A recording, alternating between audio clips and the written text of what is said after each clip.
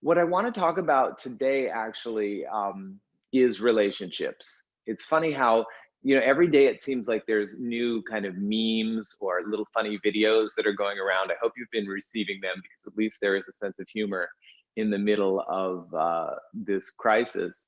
And I got one yesterday that was very funny. I almost wish I could post it, but it said basically the title was like relationships during quarantine, and it was this video of these two dogs.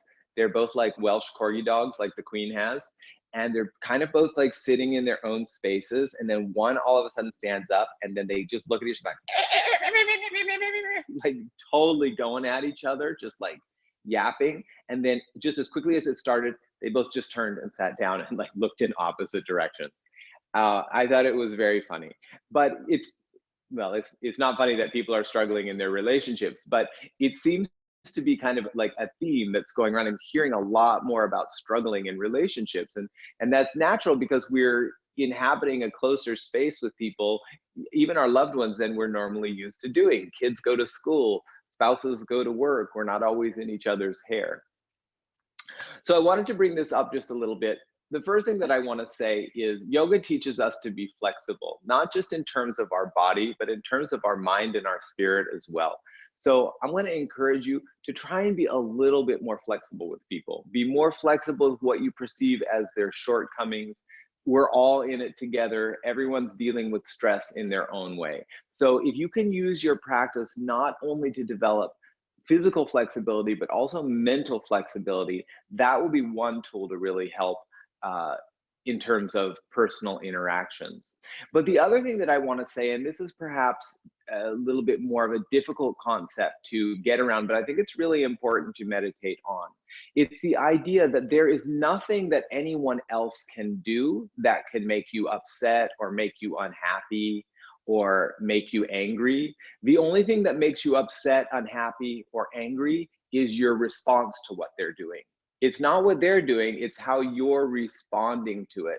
And by accepting that, then the ownership for your own state of being is on you and not on them.